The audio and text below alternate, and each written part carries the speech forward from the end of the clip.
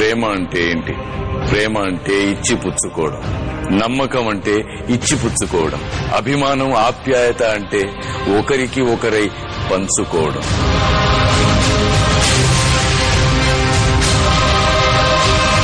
పాదయాత్ర అంటే ప్రజల బాధలను అర్థం చేసుకోవడం, వారికి అండగా నిలవడం, ఆసరా ఇస్తానని భుజం తట్టి ధైర్యం చెప్పడం. వైఎస్ పాదయాత్ర నిరాశ నిస్పృహల్లో ఉన్న ప్రజలకు ఒక ఆశా కిరణంలా కనిపించింది.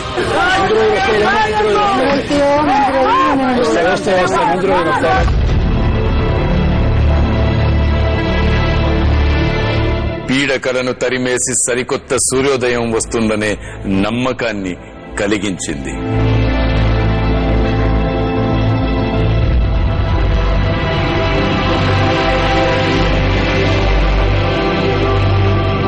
పొద్దు పొడవక ముందే పనికి వెళ్లే కష్టజీవులు, అలా వెళ్తేనే గాని పొట్టగడవని బడుగు జీవులు, పని మానుకొని నిద్ర మానుకొని పగలు రాత్రి తేడా లేకుండా అతని కోసం ఎదురు చూశారు. రాజన్న కోసం, అతని పలకరింపు కోసం, అతని చిరునవ్వు కోసం, అతని మాట కోసం కళ్లల్లో ఒత్తులు వేసుకుని ఎదురు చూశారు. ఆ కళ్లల్లో అలసట లేదు, చిన్న ఆశ ఉంది. ఆ ఎదురు చూపుల్లో స్వార్థం లేదు, అనంతమైన ప్రేమ ఉంది. పెన్షన్ అయితే వస్తుందమ్మా,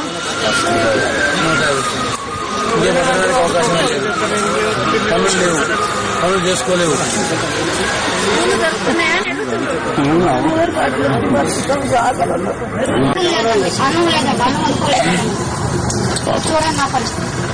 చాలా ఇబ్బందిగానే ఉండదు. కానీ మేము కొంచెం పోరాడదాం. 6 దాఖలతోనే పోరాడాలి. ఇంకా 6 నెలలు రేషన్ కార్డు లేవు, పనులు లేవు, కరెంట్ ఛార్జీలు ఏమో దిక్కుమాలిన విధంగా వస్తున్నాయి. ఒక్క బల్బు ఉన్న ఎంత వస్తుంది? ఒక్క బల్బు ఉన్న 140 రూపాయలు. 140 రూపాయలు ఒక్క బల్బు. నమ్మకంతో నువ్వు నడుస్తున్నప్పుడు, విశ్వాసం నీ వెన్నంటి నువ్వు నడుస్తున్నప్పుడు, నీ కాలిబాటలో ముళ్లే గరికలై దారి కాస్తాయి. నీ వైపు విసిరిన ప్రతి రాయి పూల హారమై నీ మెడను అలంకరిస్తాయి. నీపై ఎక్కుపెట్టిన ప్రతి బాణం నీ అమ్ముల పొదిలో క్షిపణిగా మారుతుంది. నీపై విరుచుకుపడిన కడగండ్ల వడగండ్ల వాన ఆశీర్వచనమై కురుస్తుంది. అలాంటి నమ్మకంతోనే వైఎస్ ప్రజల మధ్య నడిచారు. ప్రజల తనపై పెట్టుకున్న నమ్మకాన్ని 1000 నిజం చేశారు. ఆ నమ్మకమే వైఎస్ ను మహానేతను చేసింది.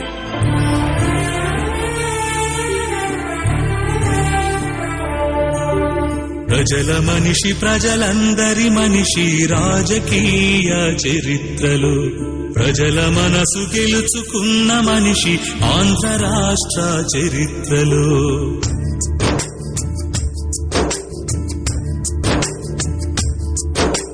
ప్రజల మనిషి, ప్రజలందరి మనిషి, రాజకీయ చరిత్రలో ప్రజల మనసు గెలుచుకున్న మనిషి, ఆంధ్ర రాష్ట్ర చరిత్రలో.